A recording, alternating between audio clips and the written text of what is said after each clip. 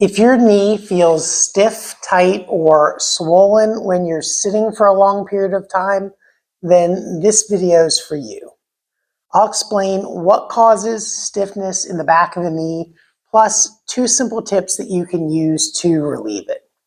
So first of all, what causes stiffness in the back of the knee when you're sitting? Well, when you're sitting with your knee bent, your hamstrings and your calves are in a shortened position. And when they're in a shortened position for a long period of time without moving, you can develop knots or trigger points in the muscles to where they can't expand or stretch out when you go to stand back up. Now, additionally, if you have knee arthritis, or if you're recovering from a knee injury or a knee surgery, anything where you develop swelling in the knee joint capsule, when you're sitting with your knee bent, that back part of the capsule is on slack. And so that fluid or swelling will accumulate in the back of the knee joint and make it feel tight or stiff or swollen.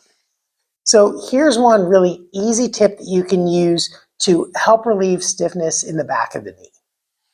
If you take your hands and put them in the soft spot in the back of the knee, you'll feel 2 tendons on either side of the knee and then go right in between those 2 tendons. That'll push the swelling back up into the joint capsule. So you put a little pressure up like that with your fingers, and then slowly bend and straighten your knee back and forth. This does a few different things.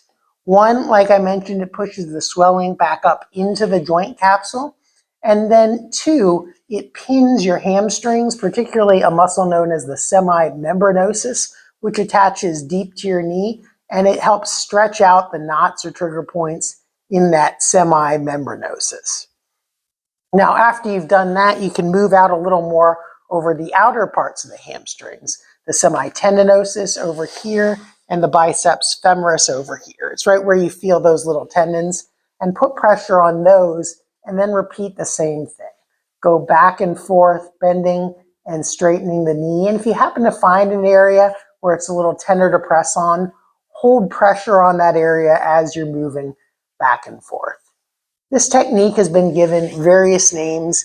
Sometimes it's called active release, other times it's called pin and stretch. And that's really a pretty good descriptor because that's really what you're doing.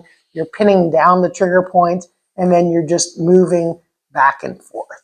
But that helps release those knots or the trigger points and allow them to stretch back out so that you can lengthen the muscle when you go to stand back up. Now you can also get knots or trigger points that develop in your calves. You have 2 calf muscles, and the more superficial calf muscle actually crosses your knee. So when you're sitting with your knee bent, those gastrocnemius heads can get stiff or tight. And so if you feel along the inner side of the calf here, oftentimes people will develop trigger points or knots on the inner side of the calf. And if you just find one of those knots and then kind of push back and forth with your ankle, again, that uses the active release method to help stretch out the knots or relax the knots on the inner calf muscle. Now you can also get them on the outer calf muscle over here. And you can use the same technique.